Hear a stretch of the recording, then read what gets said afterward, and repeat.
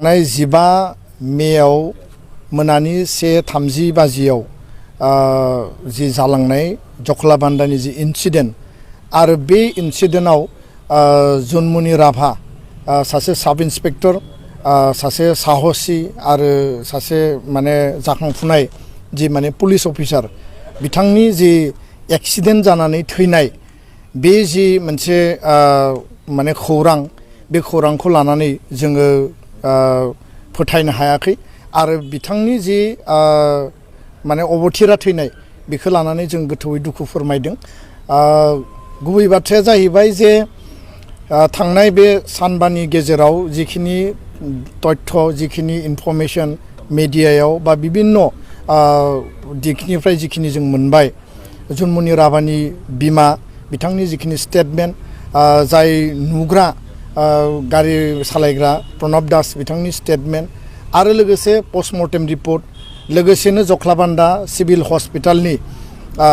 जाय माने सुइपार बिथाङा जुनमुनि राभानि डेड बडिखौ बोखांनो थाखाय गारिसिम फैदोंमोन आरो बिथाङा बोखांनो फैनाय समाव गारियाव मा नुदोंमोन बे गासै डाटा तथ्यफोरखौ लाजोबनानै आरो CIDनि जिखिनि माने इनभेस्टिगेसन सोलिबाय थादों बेखौ जोङो नायजोबनायनि उनाव दुलाराय बर' फरायसा आफादा स्पष्टयै जोङो बुंदों जे बियो नर्मेल एक्सिडेन्ट नङा बियो मोनसे मार्डार केस आरो बेखौ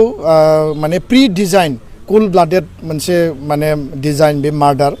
आरो माने नकल माने सना आरो लोगोसेनो जाल नोट बा बायदिसिना जिखिनि माने 2 नम्बरनि खामानि बा माने 420 जिखिनि खामानि सोलिबाय थादोंमोन लखिमपुर आरो नगाव बिनिनो मोनसे बियो परिणाम होननानै जोङो बुंनो सानो। दा जुनमुनि राभाया बे गासै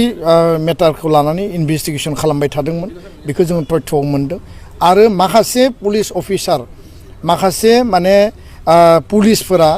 माने बै जायफोर जाल नोट बा जायफोर माने बेपारिफोर दङ जायफोरा बिनि थाखाय स्मागलिं खालामो बै मानसिफोरजों गोरोबनानै गोरलैयैनो रां आरजिनाय गोरलैयैनो माने रां खामायनाय बेबायदि माखासे इनभल्भमेन्ट थानाय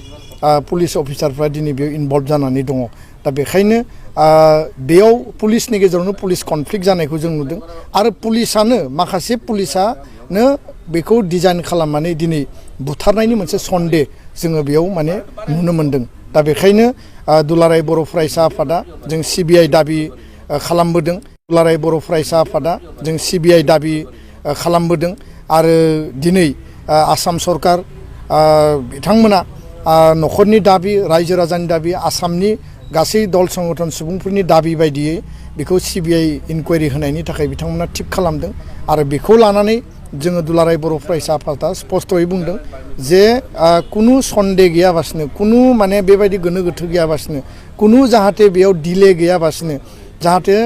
इनकुवारिया स्वच्छ जायो क्लियार काट जायो इनकुवारिया जाहाथे इन्डिपेन्डेन्टलि जायो बेयाव जाहाथे रावनिबो इनफ्लुएन्स थाया आरो न'खरा जुनमुनि राभानि परियाला जाहाथे न्याय जास्टिस मोननो हायो आरो लोगोसे जाय दायनिगिरि बे दायनिगिरिया जाहाथे बेयाव पानिशमेन्ट मोनो बेखौ लानानैसो जोङो दिनै असमिया मिडिया आरो बर' मिडियायाव जोङो क्लियार काटै बुंबाय जुनमुनि राभानि न'खरा जथेस्थ' गोरिब जों नुबाय बिथांनि सारादु खुंनो थाखाय बिथांमोननियाव रां गैया